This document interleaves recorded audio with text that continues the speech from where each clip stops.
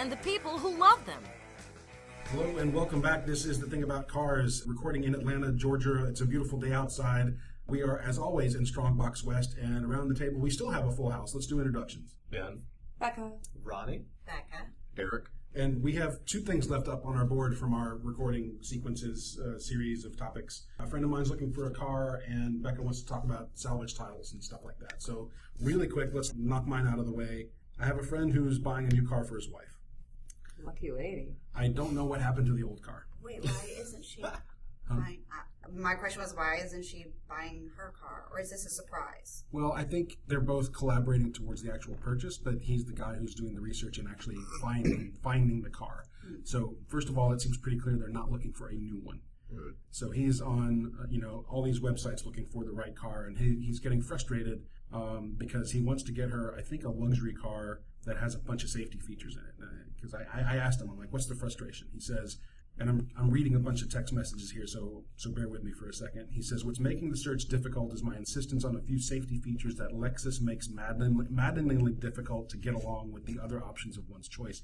Utterly baffling. I said, which features?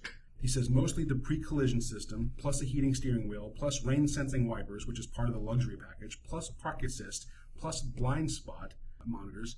I said, right, I think a friend of mine just got a Honda Accord with all those things. He says, yes. Honda, Toyota, and Mazda make that a whole lot simpler, but when you go to a luxury line of cars, apparently it's all options and packaging. Well, what about Acura? Since it's a step up from Honda, do they offer Honda packages in the Acuras? That's a good question.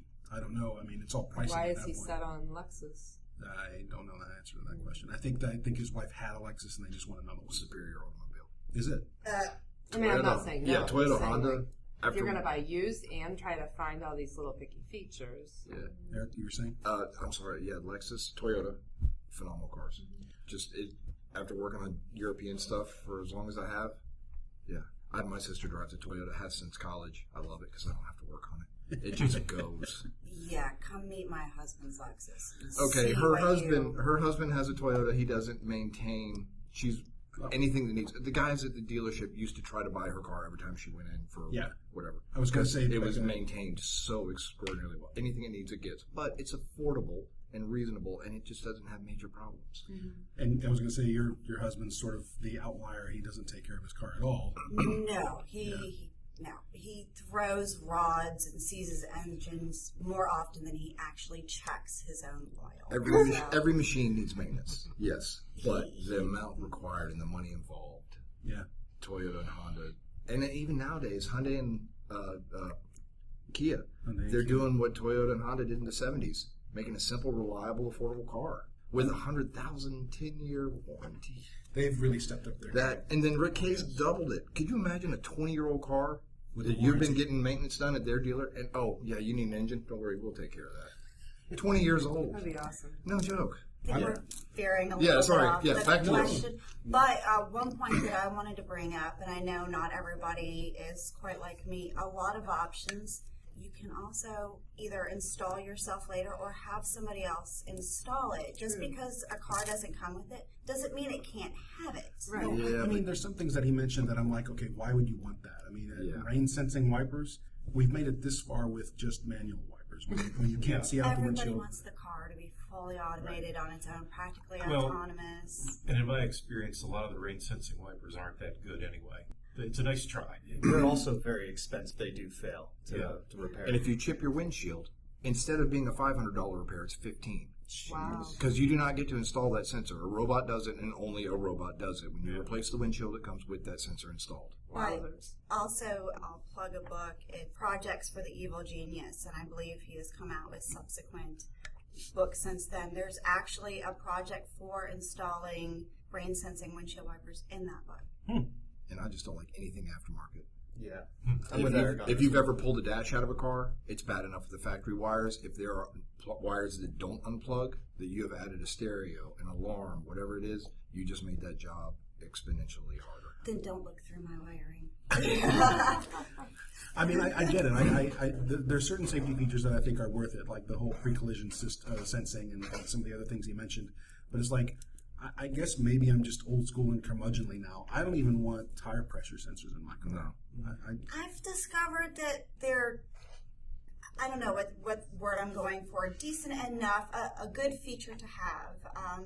If the you can't Pontiac- It's feel one more a- thing to fail. Yes, no, and the ones on the Pontiac are constantly failing. But then when I switch back to the Mustang that predates the TPMS systems, I'm constantly feeling for something, and if I do, I don't necessarily want to pull over, so now I'm really focusing, okay, did I feel something funny, or is the texture of the road changed? What's going on? How many people know what a low tire feels or sounds like these days? Well, Right. I do, by That's what I'm saying. more, How many yeah, people do? nowadays, A lot of people don't. Yeah, so it is a good feature if you don't check your tires regularly.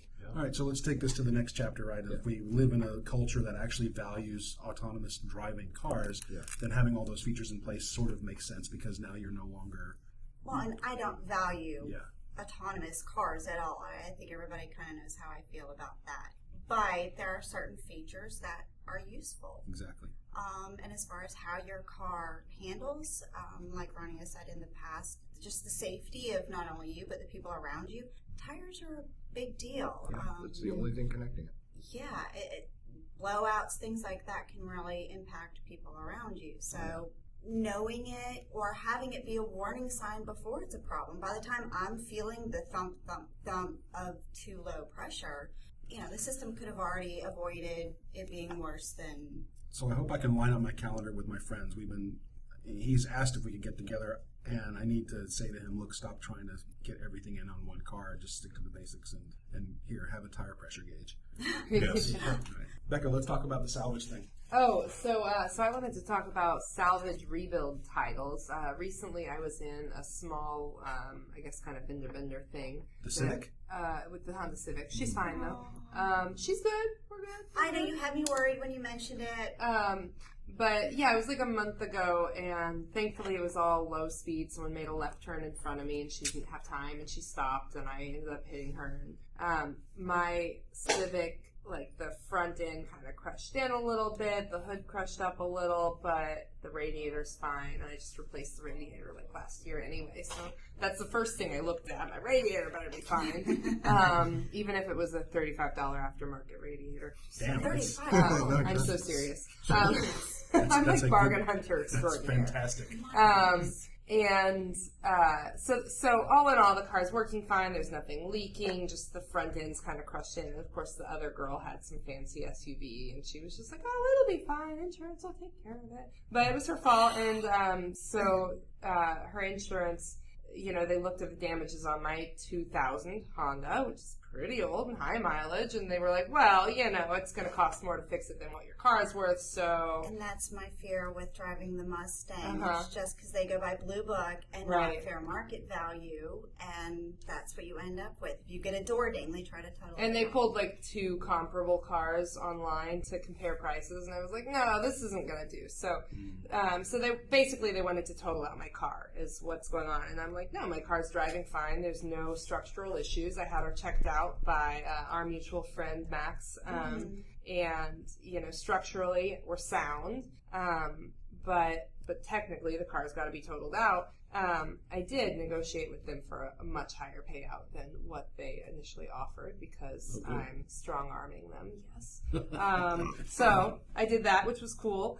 But now I've learned that my car, the title is salvage at this point because technically the car's been totaled. Has this process already happened? It's been, It's already in been place. totaled out, so there's no mitigating it at this point. It's salvage. Right, but I had whatever modification in the payout needed to be done so that I keep my car. Okay. So technically the title it's Salvage been title. totaled, so it's salvage.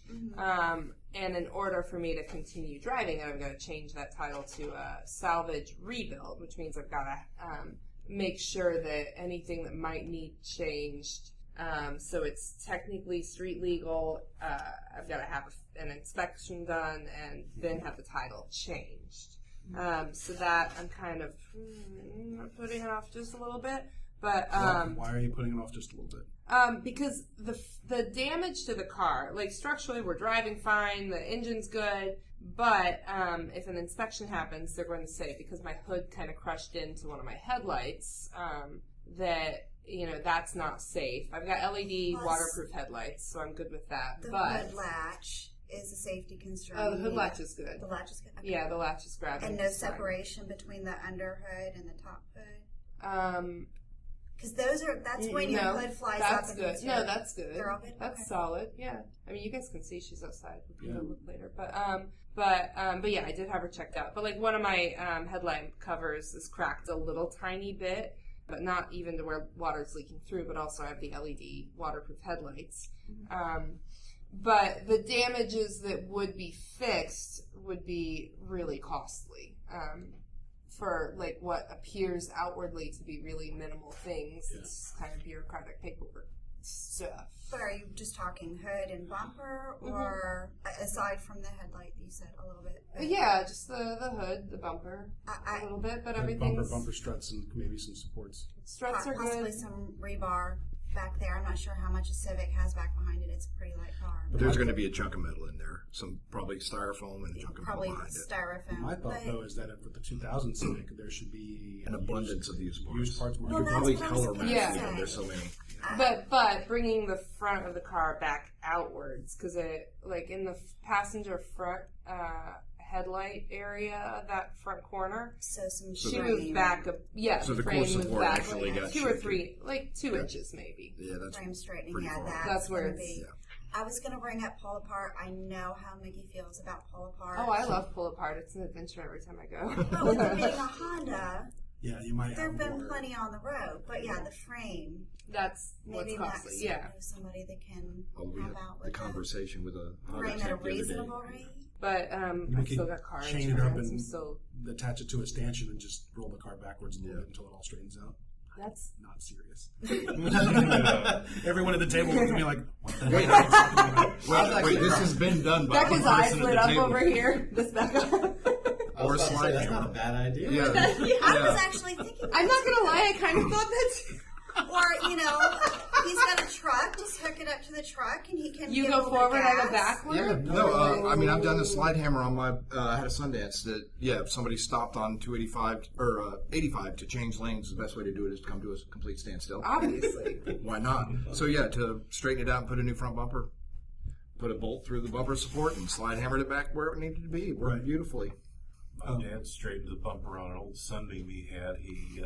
He attached a come along to the bumper and hooked the other end around a tree. Oh yeah, exactly. And, on an old car with just a metal bumper, it works great. Yeah. Well, frames were different. They didn't have the unibody. So all this being said, who's to say how many cars are out there on a salvage title right now that have technically been totaled out by someone else's insurance, but they're not. They didn't go and do the rebuild. I think it's not that many overall. I don't know. I mean, I don't think it's that many either. Becca knows. I think it's a lot more, but and I will try not to make this a whole conversation. The frequency at which they are now totaling out cars, it is much more commonplace to total out something just with the way cars have become disposable, with the way they've become harder to work on, kind of like we've talked in the past, taking off the front bumper just to change a headlight. It's become a lot more common to total out a car than, 20, 30 years ago. When the guy told me that they wanted to total my car because of the price, I'm like, well, this is my car. She works just fine. She's how am I going to go buy a new car? And the Kelley Blue Book value for a 2000 on the Civic, especially with high mileage, isn't really a great number. Like, what am I supposed to do with that? So I mentioned earlier that I strong-armed them into upping the payout for the car, and the way I did that was talking about replacement value as opposed to comparable value. Obviously, I could go spend $1,500 on a comparable, but I need a car that's going to work. And when I bought it 2 years, I had the same fear with the Mustang having her out on the road, and I almost don't want to say this because even thinking about it makes me just want to throw up. The KBB value, so the Blue Book value on my Mustang, since she's pushing 22 years old, almost 200,000 miles, KBB says my car is worth $250. Good Lord. But a fair market value on the same year car, same mileage, stock, puts the value closer to $9,000. That's not even taking into account the modifications, upgrades, things like that that I have done. Right. So that that's a whole big issue, but then we can bring in tomorrow the agreed value insurance policy, agreed versus stated value. Yeah. And because I've got, just a plain old little Honda Civic, coupe, it's nothing special. To them, but to you, to them, it's different. but to me, it's my car. She's my girl. Right. But, I'm not going to have a significantly different fair market value. But I am going to have a replacement value that's definitely significant. So what do you need to do to it now? What's next? What's next? Tying it to a tree and backing up. Or not. Please, listeners, don't take that advice at all. Or don't do it. We can say, don't do this at home. Don't try this at home. Don't do this at home. Please still be insured. I'm still insured. I've made sure I minded all my P's and Q's with my insurance guys. So what's next is I've got to save up to do to fix whatever that bit of structural damage in the front is, and then change the title, have it inspected, and have the title changed to a rebuild instead of simply salvage. Got to do the rebuild. repairs, get the inspection, and then you're done. And then change the title. How much do you anticipate the repairs are going to cost? If you pay someone else to do them. It's a solid question. If I don't tie it to a tree. Yeah.